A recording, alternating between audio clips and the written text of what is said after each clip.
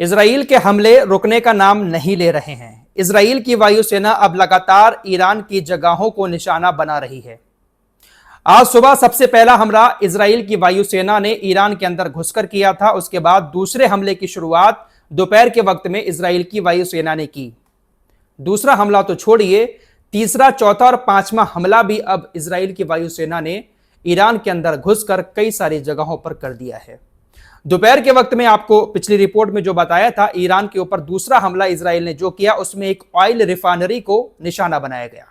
Israel की सेना दूसरा हमला करने के बाद भी नहीं रुकी। इजरायली मीडिया के मुताबिक लगातार इजराइल की वायुसेना ईरान के अंदर घुसकर बहुत सारी जगहों को निशाना बना रही है। सुबह एक परमाणु फैसिलिटीज को निशाना बनाया था, एक और दूसरी परमाणु फैसिलिटीज को, एक और परमाणु अड्डे को अब कुछ देर पहले इजराइल की वायुसेना ने निशाना बनाया है। तो लगातार इजराइल की वायुसेना हमले किए जा रही है। नेतन्याहू पहला ही हमला करने के बाद कह चुका है कि यह बस शुरुआत है, खत्म नहीं होगा यहां पर ऑपरेशन। हम तब तक हमले करेंगे जब तक हमें पूरा यकीन नहीं हो जाता कि ईरान हमारे लिए खतरा नहीं है और ईरान अब परमाणु हथियार नहीं बना पाएगा। तो लगातार इजराइल की तरफ से हमले किए जा रहे हैं। लेकिन दोस्तों, आज की रात जो है वो बड़ा खतरनाक होने वाली है। ईरान के ऊपर भले ही इजराइल कितने भी हमले करता हो, लेकिन ईरान भी मुंह तोड़ जवाब तो जरूर देगा। इजराइल के हमले के बाद इजराइल की तरफ जो 200 ड्रोन आए थे उसको लेकर यह कहा गया है ईरानी मीडिया की तरफ से कि ये ड्रोन जो है वो ईरान की तरफ से नहीं आए थे, बल्कि ईरान ने किसी दूसरे इलाके से, इराक या किसी और इलाके से इजराइल को टेस्ट करने के लिए इन ड्रोन को छोड़ा था। हमारा बदला अभी बाकी है और वो बदला काफी भारी भरकम होगा। आयतुल्लाह खामेनी ने भी कसम खा ली है और बदले का झंडा भी फहरा दिया गया है। अब देखने वाली बात होगी कि आज रात में ईरान क्या करता है, क्योंकि ईरान इस वक्त बिल्कुल अकेला खड़ा हुआ है। ईरान के साथ कोई नहीं है। चाइना, रशिया जैसे देश दोस्ती का दम तो भरते हैं, लेकिन कोई भी देश सामने नहीं आ रहा है।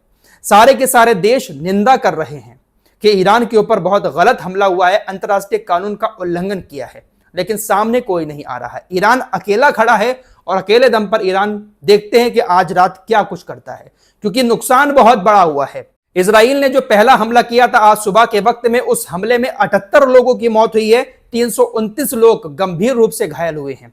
और ये जो 78 लोग मारे गए हैं ये कोई आम लोग नहीं है, बहुत खास लोग हैं ईरान के, बड़े बड़े कमांडर। ये सारे के सारे आपकी स्क्रीन पर लगा रहा हूं, इनको आपने बहुत बार देखा होगा मेरी वीडियोस में भी। ये वो लोग हैं जो IRGC के कमांडर थे, जनरल थे, बड़े बड़े नेता थे, मुखिया थे। वैज्ञानिकों की बात करें तो 2 बड़े वैज्ञानिक भी मारे गए हैं, एक बड़ी यूनिवर्सिटी के प्रमुख भी मारे गए हैं। इजराइल ने ये जो हमला किया आज सुबह वाला, ये मिसाइल सिटी पर किया था। आपको याद होगा ईरान ने पिछले साल ही एक मिसाइल सिटी अपनी दिखाई थी कि देखिए हमारे पास कितनी बड़ी एक सिटी है, पूरा शहर है मिसाइलों का, यहां पर हम मिसाइलें बनाते हैं और यहां पर हमारी हजारों मिसाइलें रखी हुई हैं। उसी मिसाइल सिटी को टारगेट करके इजराइल की वायुसेना ने सुबह हमला किया था। वो मिसाइल सिटी काफी हद तक तबाह हो चुकी है और उस वक्त वहां पर कई सारे बड़े बड़े अधिकारियों की मीटिंग भी हो रही थी। IRGC के कमांडर भी वहां पर मौजूद थे जिनकी मौतें हुई हैं, बहुत सारे बड़े बड़े हस्तियां वहां पर मौजूद थी।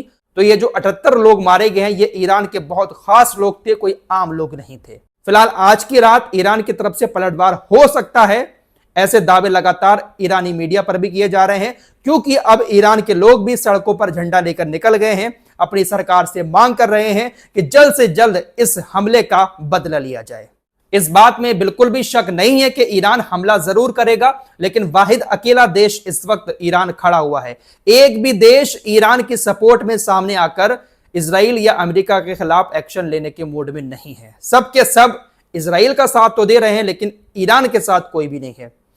तुर्की जैसा देश जो बड़ा दम भरता है, बड़ी बड़ी बातें करता है कि इजराइल को ऐसा करेंगे वैसा करेंगे, एर्दोगान की तरफ से सिर्फ और सिर्फ निंदा की गई है। और एर्दोगान की बेटी ने क्या कुछ कहा है आपको दिखाऊंगा, एर्दोगान की बेटी का ट्वीट दिखाऊंगा, आप लोगों को पूरा यकीन हो जाएगा कि ये लोग पूरे के पूरे इन यहूदियों के गुलाम हैं।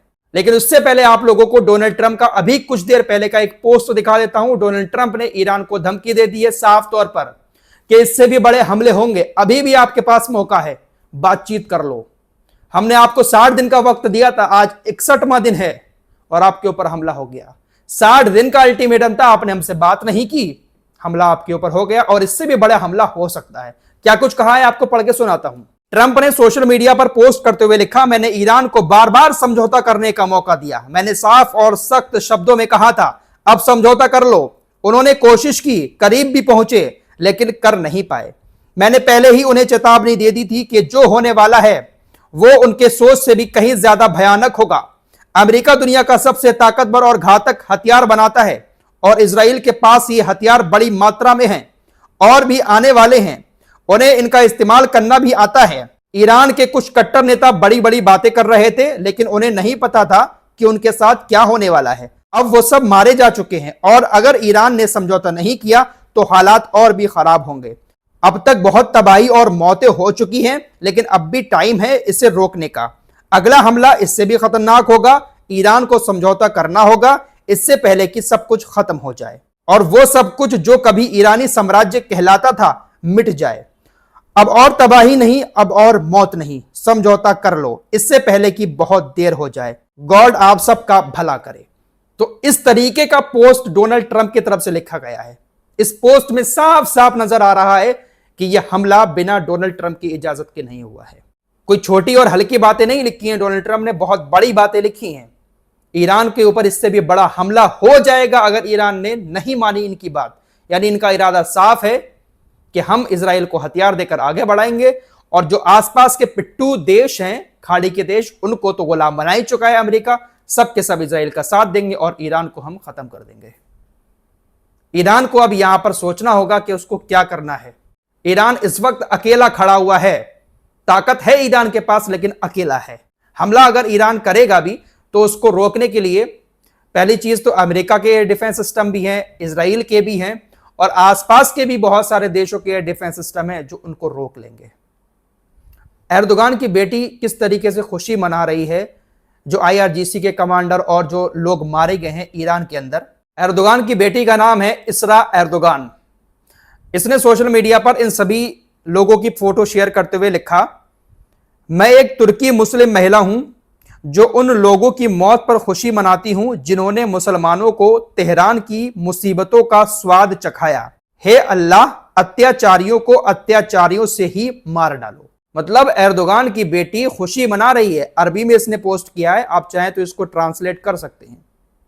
मैंने आपको हिंदी में बता दिया ट्रांसलेट करके। तो ये खुशी मना रही है और लिख रही है कि मैं खुशी मना रही हूं इनकी मौत पर। इससे आप अंदाजा लगा सकते हैं कि इन लोगों की सोच क्या है। क्या ये लोग इजराइल के खिलाफ एक्शन ले सकते हैं? कभी नहीं। फिलहाल पिछली रिपोर्ट में मैंने आपको बताया था कि बेंजामिन नेतन्याहू को लेकर खबर आ रही है कि वो अपने विमान में बैठकर कहीं गए हैं। अब कुछ ऐसी खबरें आ रही कि वो ग्रीस पहुंच गए हैं। बेंजामिन नेतन्याहू ग्रीस पहुंच गया है ताकि अगर ईरान हमला करता है तो उसमें उनकी जान न जाए, भले ही और नुकसान हो जाए। ऐसी भी खबरें आ रही हैं कि नेतन्याहू ने अपने सारे बड़े अधिकारियों से कह दिया है कि वो अपने देश से कहीं दूसरी जगह चले जाएं, ताकि जो हमला हो वो ऐसा ना हो कि उसमें उनकी जान चली जाए। क्योंकि इजराइल ने जो हमला किया था वो चुन चुन के मारा है बड़े बड़े अधिकारियों को। फिलहाल ये मामला काफी बढ़ चुका है, लेकिन बात वही आ जाती है कि ईरान बस अकेला है। अकेले के दम पर वो जितना चाहे लड़ ले। हकीकत यही है कि वो इजराइल को हरा नहीं पाएगा, क्योंकि अमेरिका साफ कह रहा है, डोनाल्ड ट्रंप, कि हथियार बहुत खतरनाक है अमेरिका के इजराइल के पास, और भी आने वाले हैं और इजराइल उसका इस्तेमाल करना भी जानता है। हम ऐसा हमला करेंगे कि आप याद करेंगे कि कभी ईरानी साम्राज्य हुआ करता था। अकेला चना क्या कर सकता है। इस रिपोर्ट में इतना ही। हमारे साथ जुड़े रहिएगा। कोई लेटेस्ट अपडेट आएगा तुरंत आपको बता दिया जाएगा।